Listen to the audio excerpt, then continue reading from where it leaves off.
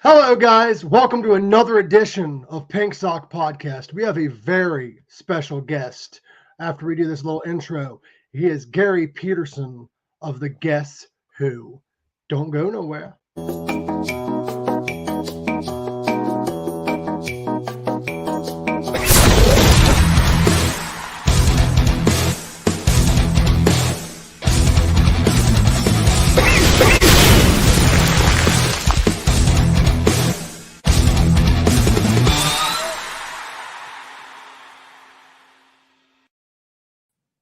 Hello, Garry. How are you doing, brother? I'm doing great, Mike and Adam. How are you? I'm doing I'm doing wonderful. well, my friend. It's very early in the morning here. Yes. Way past my bedtime. It's great to finally have you on. You're now like the Terminator. You have new parts and all kinds of stuff. So it's great to have you back on, brother. The Terminator of drumming. It's like drumming is like sleeping and walking to me. Right, it's all muscle memory. Oh, So yeah. you've been doing this for quite some time, and there's a lot of people out there, and I kind of want to clear the air of this, that is like, well, the Guess Who is just a cover band at this point, blah blah blah blah blah. And what's your message to people like that? Because I had somebody I tried getting on the show recently, and I'm not going to mention names, but they said they don't want to do it because I am commercializing a glorified cover band. So what is your message? I think all of these people you're talking about in their 70s need not carry on this kind of attitude toward each other. There's room for everybody in music, and I know the two other members of the band, original members, they went out on their own careers, and I support them doing what they want to do. There was two reunions of the Guess Who, one in the 80s and one in the early 2000s, and they had every opportunity to keep the band together. Why are they not here and I'm here? Exactly. Like they chose. Yeah, and I support that. I wish them all the success, and we're keeping the music alive, and not only that, but Randy and Burton I will name them by name because they're friends of mine. They always will be. Mm-hmm. I cherish all my time with them. They have all the publishing, and us being on the road, every time we sell a product, they make money while they're sleeping and we're on the road. So, I mean, it's not a bad thing because we're keeping the name front and center. And also, if you look at it from a technical standpoint, the band started off in 1958 with Chad Allen, who's not in the band. No, it was 1962. Oh, it was? Okay. Yeah, 62 is when Randy Bachman and myself joined Allen the Silvertones, which was Chad Allen. And that band, Allen the Silvertones, had in it Jim Cale, Randy Bachman, and myself. Mm-hmm. So that was already 3/4 of what would be the original Guess Who. So, like, anyone who's bitter, like most of the people that would be, shouldn't be because they weren't technically part of the original. Well, yeah, but that's really not, it doesn't really matter. The point is, I understand that they're disappointed that the original band is not back together. You have to examine why. Exactly. It certainly is not Jim and I's fault that the band is not together. However, we spent most of our lives in this band creating it, and so we have been out there playing the music that we helped create. Exactly. Jim now is retired and I'm still here, but I'm more excited now. I mean, we've played the Guess Who material I've played it for obviously a long time, 62 years. And we're more interested in creating new material. And as we create new material, we replace some of the Guess Who songs in the set. Now we're doing I think 4 songs off the new album Plein D'Amour in the show. So And that's a really good album. I'm glad that you guys continued on with the legacy because you guys are still writing really good music. Like, why stop if you can still do it, for one, and for two, technically it's your band as much as everyone else's. Well, I mean, I would have no other way of going out and playing the music that I helped create. Where would I play it if I wasn't in the Guess Who? I mean, it's just silly. It's stupid. And so, and we're not trying to dupe people into thinking that when they come and see the Guess Who, they're going to see the original band. We go out of our way to make sure. Mhm. I mean, it would be awful if we showed up at a gig and everybody thought they were going to see the original band. You imagine how we would be able to handle the audience at that point? Exactly. And I actually respect you for that because I do know bands that try to sell it. No, we in our contract it states that whoever is the buyer of the band must use all the promotional material that we supply. Now, we have no control over what the buyers do. And there are some unscrupulous and there are some lazy people that will just grab a picture off the internet or something like that, and they don't even know which configuration of the band it was, because there were many. Even in the original band changed quite a few players over its 10-year run. Exactly.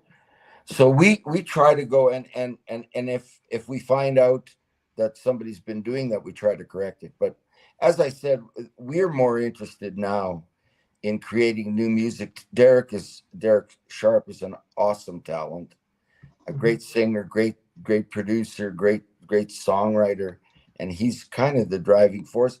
It's really like having another one of the old guys in the band that is so talented, and he's got a lot of great music. We're already working on a new album right now.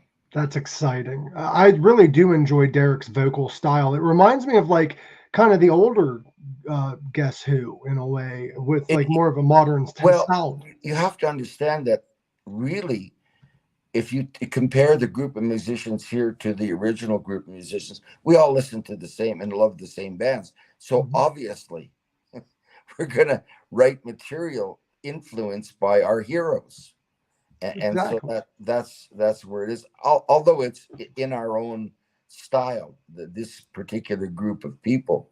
And I'm so excited every night when we go on stage to play the new material, because you get the reaction of the real critics, which is the audience, the people that come to see the band.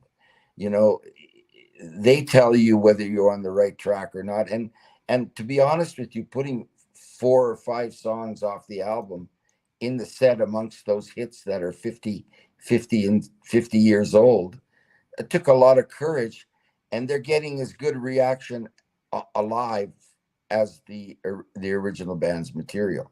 Exactly. So that's all good. That's all positive. All it does is increase the legacy of this band, which no one knows. See, I love your positive energy and your positive outlook. Well, that's the way the whole band is. I mean, the guys in this band revere the original members of the Guess Who, and therefore, when we go out on stage, we try to replicate exactly what it sounded like, you know.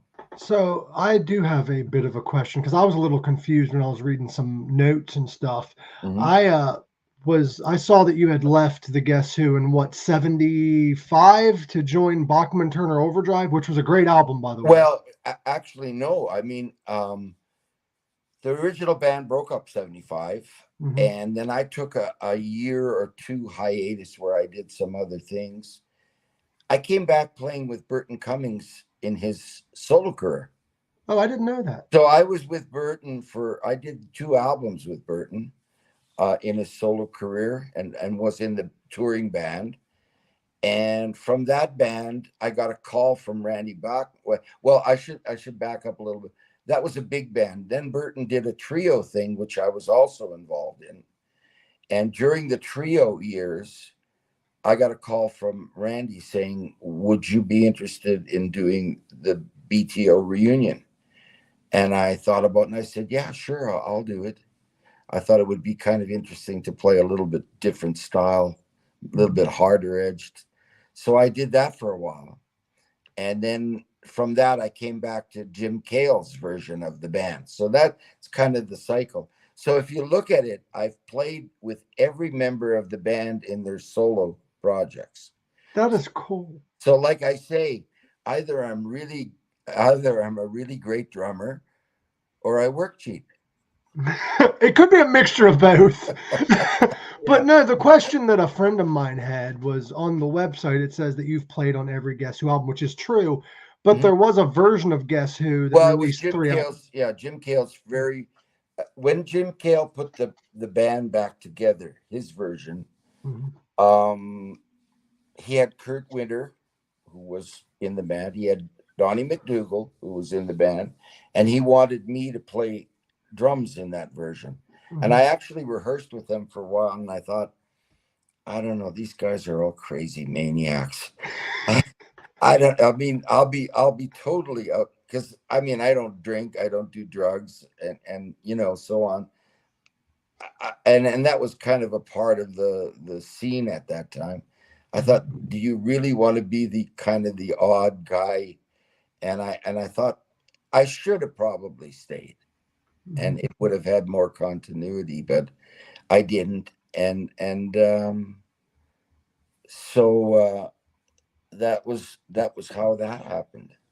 Oh, so I was just curious because I saw that you was in all the albums, but those 3 wasn't. So I just didn't know the full story. Jim did an album after I didn't go with his band called All This for a Song. And that album, I was not on that album, but it really didn't have very much. I don't think it got very much exposure anywhere. I never heard of it, to be honest with you. Yeah.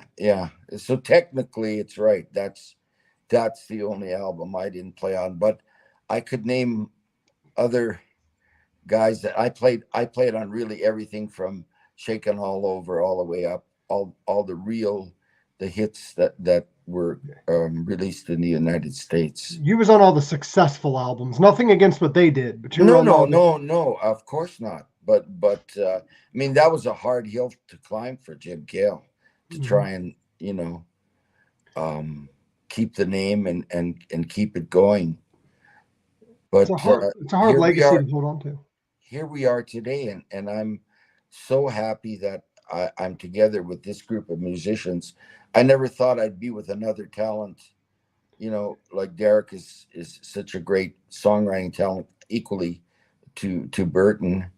I hate to compare people, but the talent in both of them is so obvious, and I'm kind of feel like I'm a lucky person to be part of helping create in conjunction with two guys like that.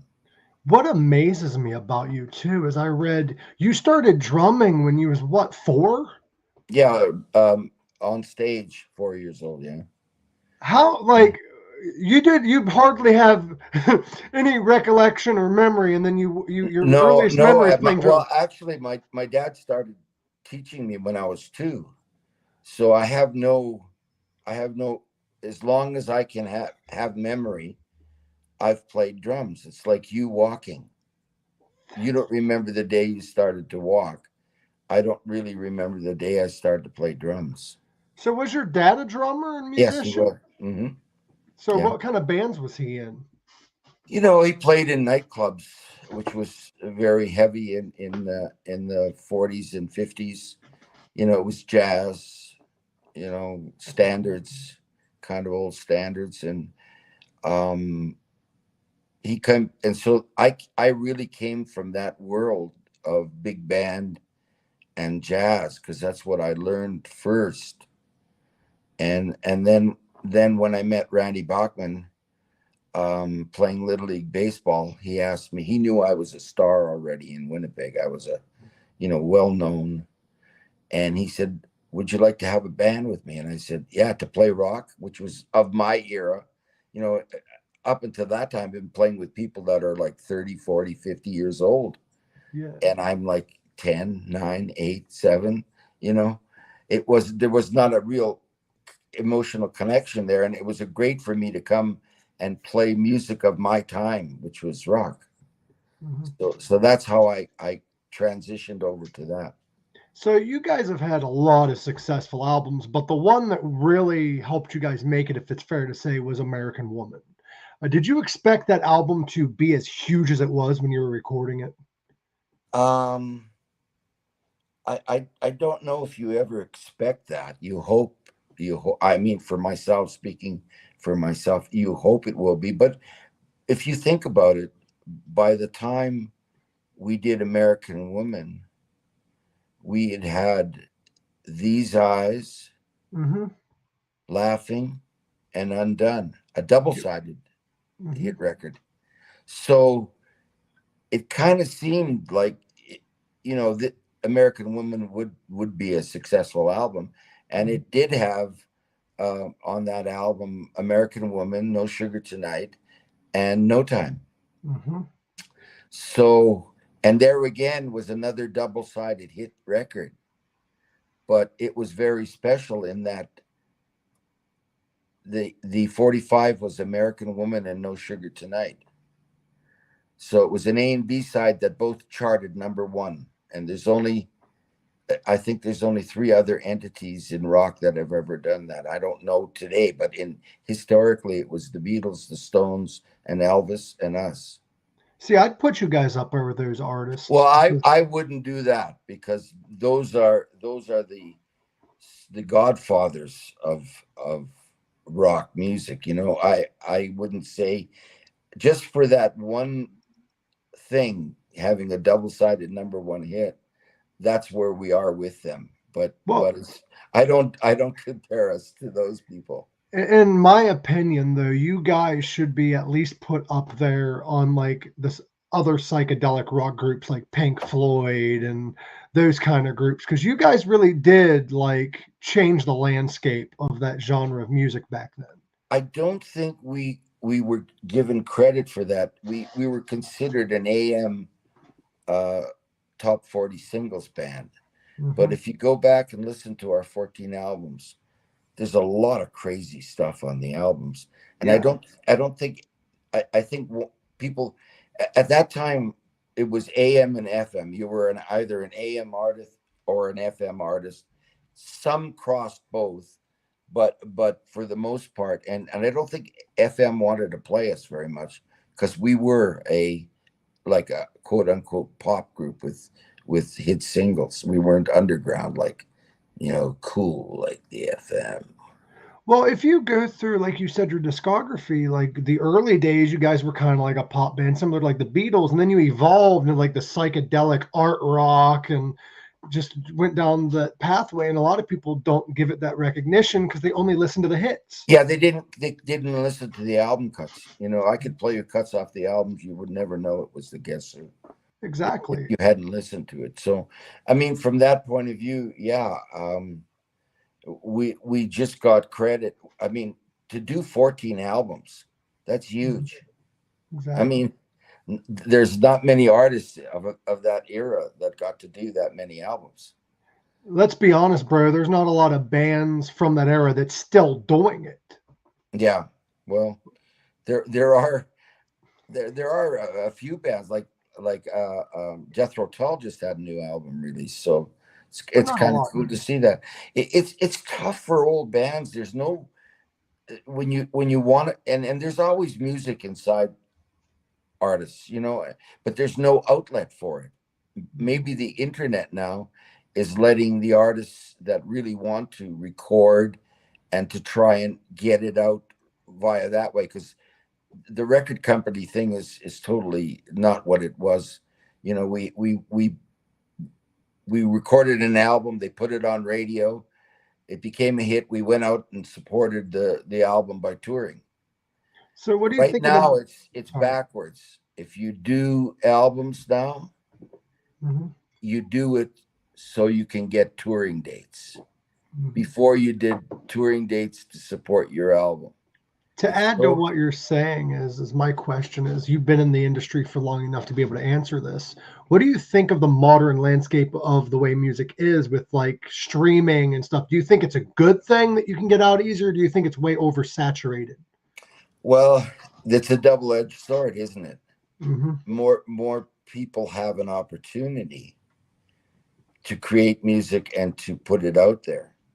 I mean, if you had to wait to get signed by a record company, that was a select group of people, you know, that got their records on radio. So I suppose if I had to sum it up, I would say, yes, this is better in a way, because in the old days, a lot of great talents were never discovered.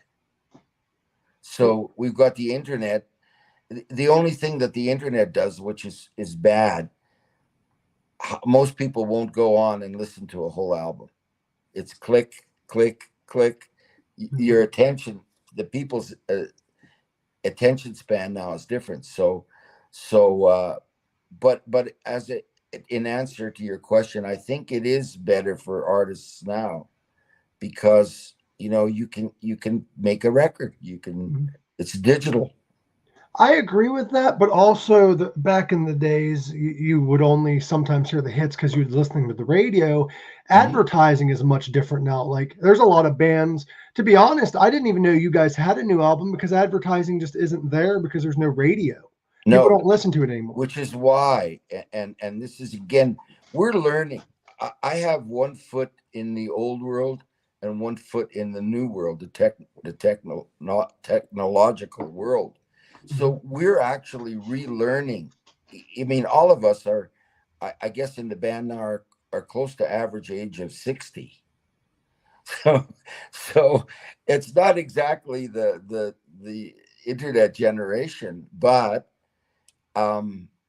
we decided to when we put out the album, the best way to do it was do a video for each song on the album. That gets you out on the airwaves, or whatever you call them now.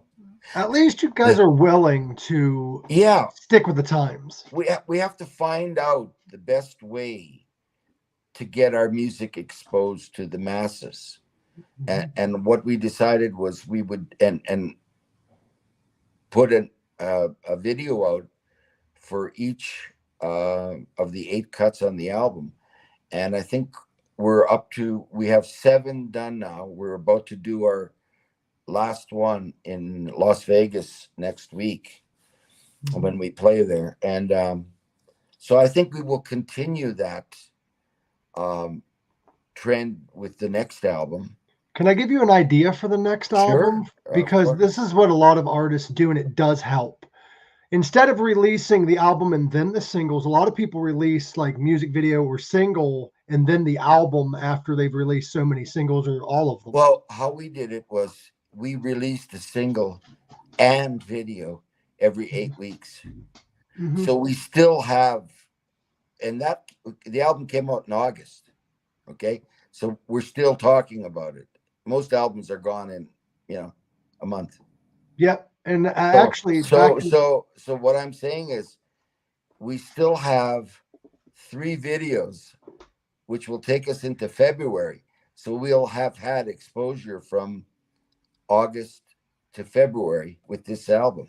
That's smart too. Yes, I do. I mean, that's the way we looked at it and said, well, why not do it this way? The radio is not going to play. I mean, once you release the album, however, interestingly, I think we released the album in July, the whole thing. Unlike what you suggested. And I think people didn't really listen to anything beyond the videos. That's what I'm seeing, So it's as if we didn't release the album in July. Only for the people that are really close to the band and really love this band, they would go out and get it immediately, But I think for the public at large, every time a video comes out, they're discovering it's part of an album. So it gives the album a longer life. See, I'm guilty of that because I didn't realize you guys had an album out. Like I've listened to the Guess Who, but there was no radio. I don't listen to radio, I listen to Spotify, and it popped up one of your songs, and I'm like, under new release. So then I went into the album. Yeah, and I would say it's not a good album. It's a great album. It's an amazing album. Yeah, it is. And because I've been on how many? You know, if I don't know, who knows? You know, and I listen to all kinds of music. When we open the show with the song "The King," which is that's a good song. Yeah, I mean that's an ambitious thing to play to an audience that came to hear These Eyes, right? Right. Think about this. The first thing they hear live. I mean, it's hard to reproduce that live, but we do. And I'm starting to see, because of the videos, the minute we hit the first chord of that song, people yelling in the audience because they didn't expect to see it and hear it. Right. Right. Yeah. And now we're working on a thing whereby with the videos, we're going to be able to project them on the screen behind us while we're playing them. That's cool. Yeah. I mean, it's you have to have the technology in the venues, but we're working on that now so that it'll give it just a different video, a visual aspect to the live show. So you guys just recently announced that Leonardo Shaw's no longer in the band? Leonard Shaw, yeah, he decided to stop traveling. You know, Understandable. He was, you know, he's the longest musician I ever played with in my life, some 31 or 32 years in this band. Longer. He's the only. If you really looked at it, he's the second longest guy ever to be in the Guess Who. Then he deserves some time off.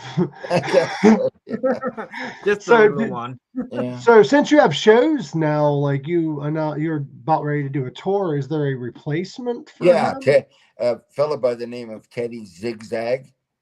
His name is Teddy Andriatis. He's played I know Guns N' Roses and Carole King. Yeah, so we have great people in the band, and that's because the material is getting so hard to execute that you have to have great people to do it. Great singers. I mean, there's 4 lead singers in the band now. So because the vocal parts are so intricate on the records, and that's the direction we're going in. 4 singers, you guys are becoming the modern Eagles. I wouldn't quite go that far, but yeah, I mean, or Queen. If you listen to King, it sounds like Queen.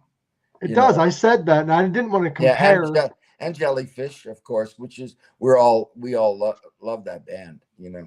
So again, influences you are influenced by what you listen to, and different kinds of music. That's what the Guess Who was all. Although we loved the Beatles and the Stones when we were starting, and that's also evident on this album.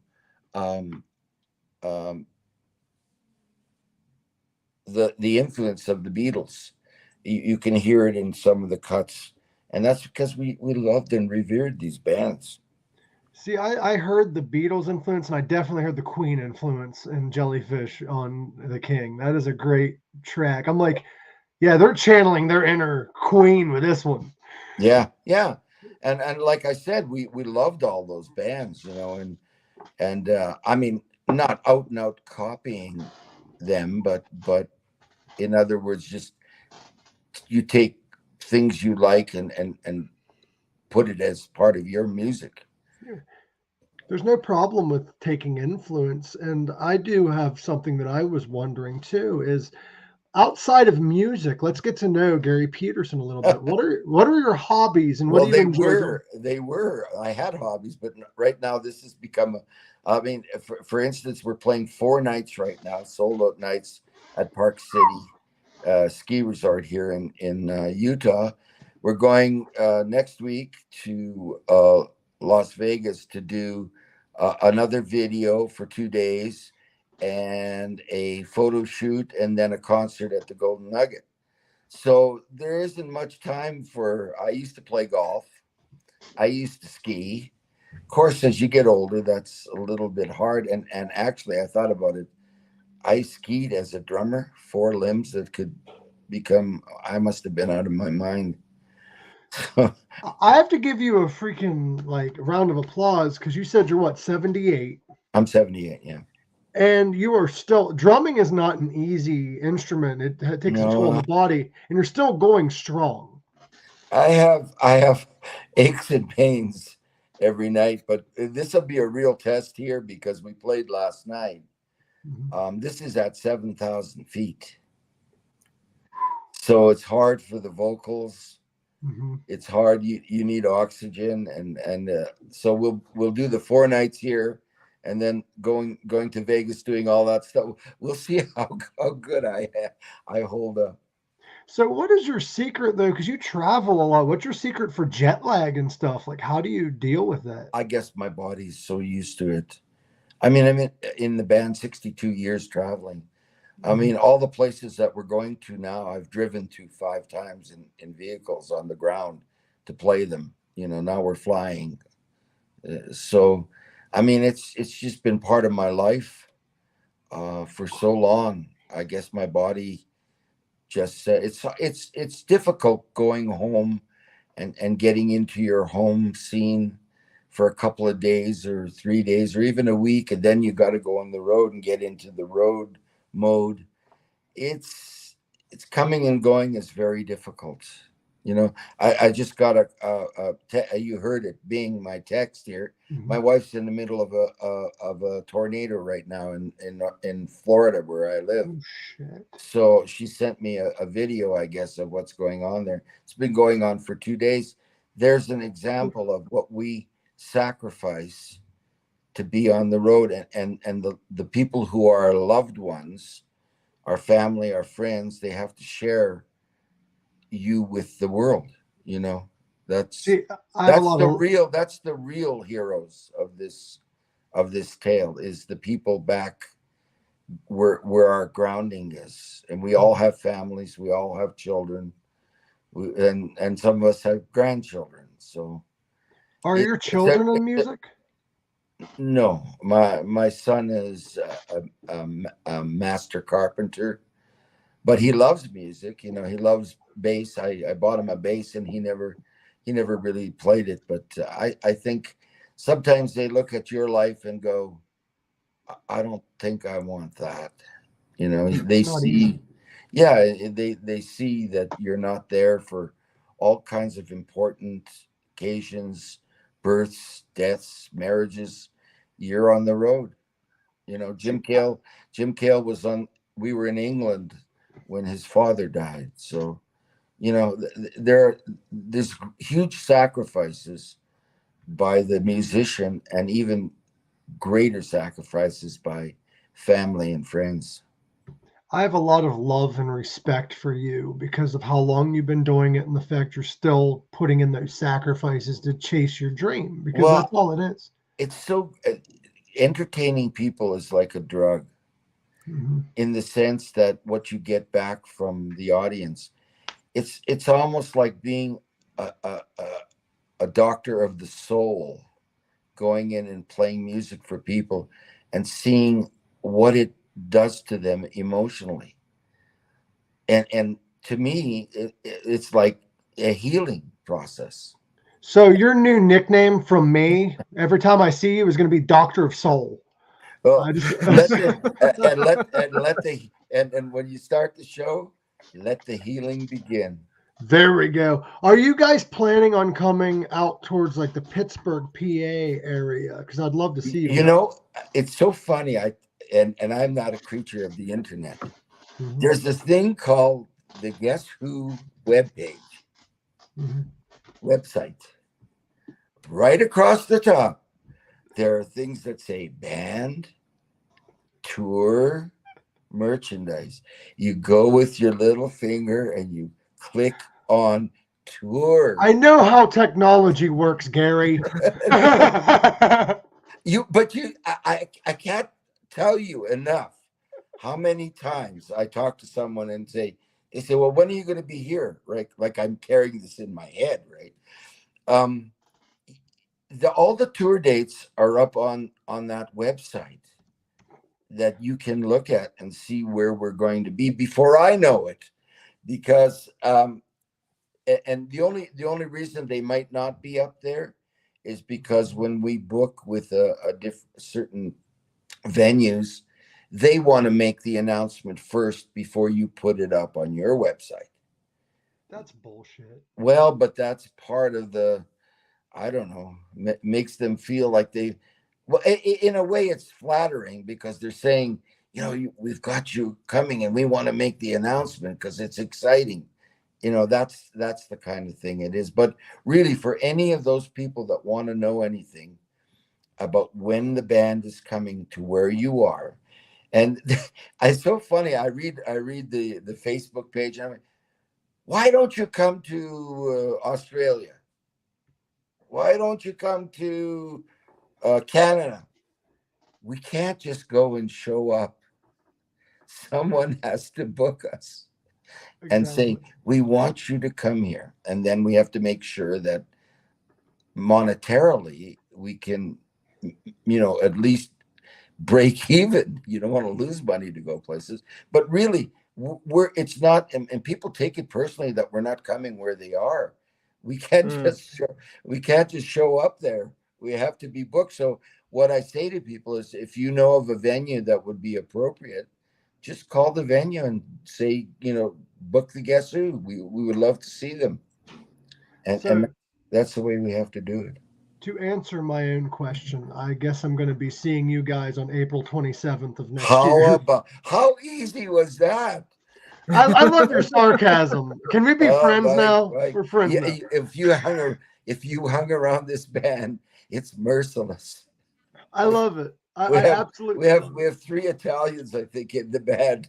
The New Jersey kind of New York guys, and we have fun all day long. That sounds fucking awesome. Yeah, it is.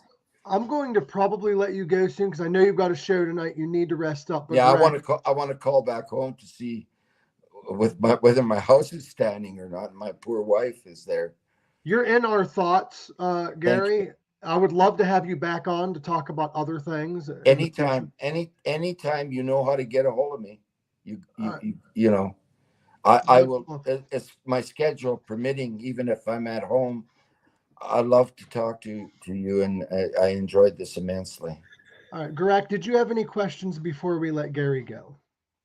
Not at all, man. It was actually nice meeting you, and thank you for the fun stories and stuff like that, man. It's always good to listen to cool shit like that, man. I appreciate it. The last time we were in Australia, there was a big airline strike there, and we had to do the tour on a train. So we got, what is that place with the red lights in the middle of the desert there? Red lights in the middle. Yeah, it's a stop where everybody gets off the train and goes and drinks. Well, anyways, we were on our way to Perth, and the train stopped because the 3 Dog Night, the Guess Who drank the train dry.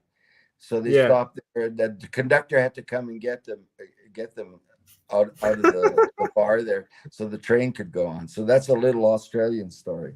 That's awesome. I do have one more question. I do have one more question because I do remember hearing this story that I just thought of. Would it be Kalgoorlie? No. Is it true that the Guess Who at one time, one of the members asked the Who to change their name because of the confusion? Or is that a rumor? No, I don't recall.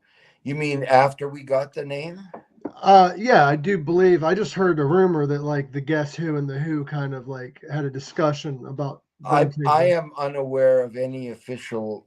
What I'll tell you a story about the Who though, that I think when they came over here, we had Shaken All Over, and everybody was asking them to play it because there was a confusion there. Now, if you take a look at Live at Leeds, they play it on that album. I did not know that. I'd have to check it out. Yeah, that's cool as shit. So but maybe they said, "Hey, look, if they keep asking us, we'll just put it on an album. I don't know. I don't know that for sure, but you could draw conclusions from that. That's so cool. But it was nice talking to you. Please keep me updated on your situation back home. Through Chip. Chip is the great, he's a wonderful guy, and in the business he's top notch, and he can always get a hold of me or anytime for anything. Okay. And Chip, please keep me updated, because I really do care about how your family is doing back home with the whole tornado. Yep. But keep us updated. Much love to you, Garry. I love that you're continuing to do this, and I hope to have you back on. Well, you know what the album's called? Yeah, Plein D'Amour. Am I pronouncing that right? Plein D'Amour, and that means full of love. Yes, much love. And go check out the album. You can go on theguesswho.com, since Garry just taught me how to use technology. And much love to everyone. And plus, there's like 5 videos from the album up on the website that you can look at. Okay. I love you, bro. Rock on. As always, live long, rock hard, guys. Yeah.